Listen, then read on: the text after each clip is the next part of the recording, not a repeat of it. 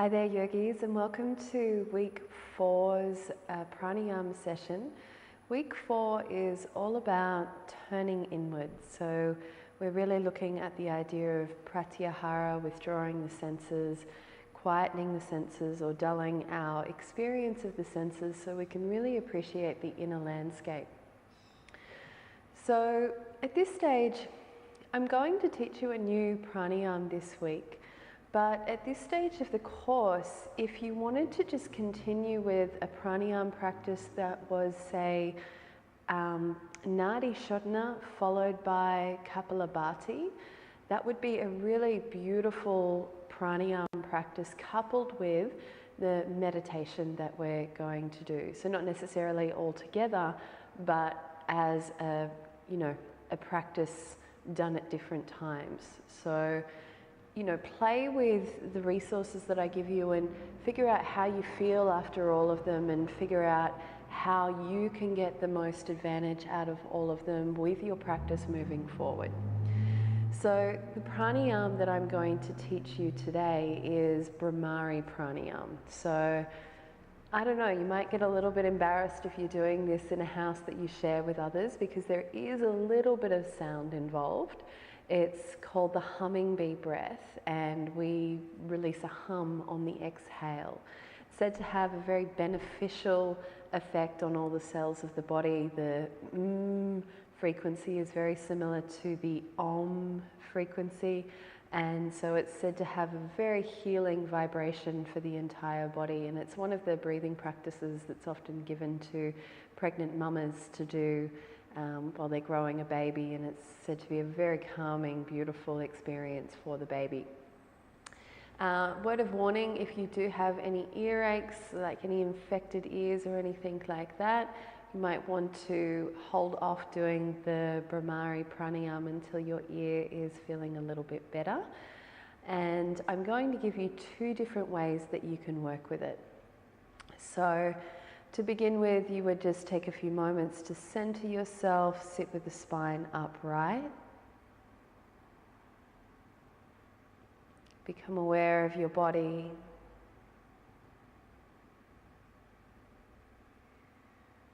And take a few moments to arrive.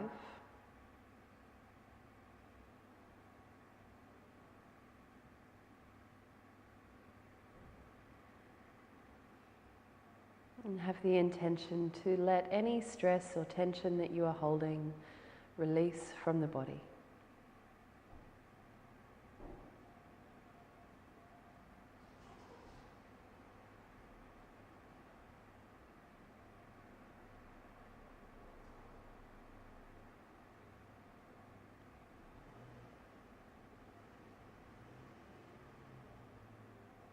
Good. So the first way, you can crack open your eyes now, the first way that we can work with Brahmari Pranayama is just by bringing the thumbs to the ears, and we actually close off the ears, and you spread the hands over the head.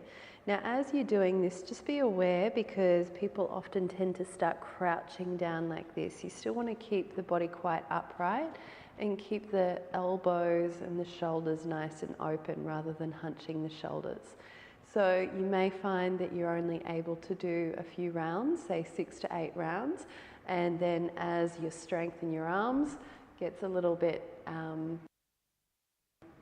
strongly for longer, then you'll find it more comfortable to leave your arms up. So what we're doing is we're covering the ears with the thumbs, covering the head with the hands, or just spreading the fingers out over the head, and then we close the eyes. And we take a big deep breath in, and we simply hum to exhale.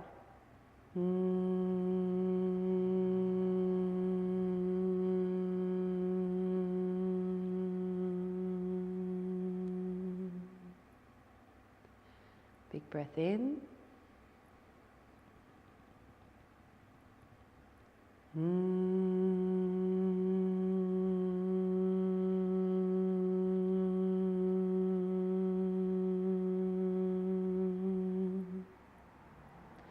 One more. Big breath in.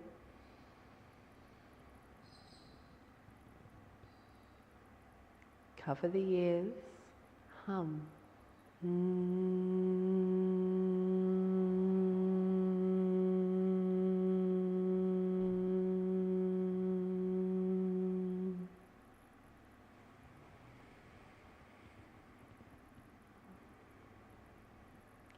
So it's important that the inhalation is very smooth, very even, and as always, not forced in any way.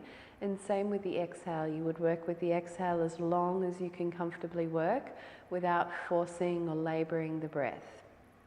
Now, there is another way that you can work with Brahmari Pranayama by working with Sammukhi Mudra. So with that one, then we place the hands over the face and it gives us a deeper sense of sense withdrawal. So the fingers cover, the pointer fingers cover the eyes, and generally the middle fingers would close the nostrils, but we're not going to close the nostrils. And then the ring fingers kind of shut the top of the mouth and the pinky fingers shut the bottom of the mouth. So we just place ears, thumbs on the ears, pointers on the eyes, and then the next two fingers under the nose and the last finger on the mouth. And then it's quite difficult to do while talking. And then we would do the same thing exactly the same way. So I'll demonstrate 3 rounds for you. I find that it's much easier to keep the arms up whilst doing this mudra.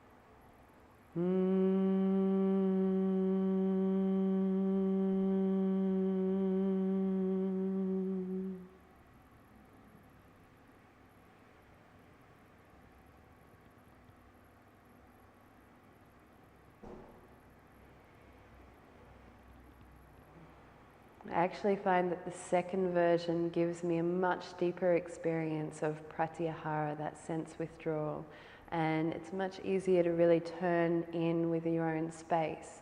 So as you're working with it, you can turn into the third eye center and just be with the internal landscape. So you could do, say, 5 to 10 rounds, perhaps as a winding down practice before bed. You could do it first thing in the morning and then maybe do your practice.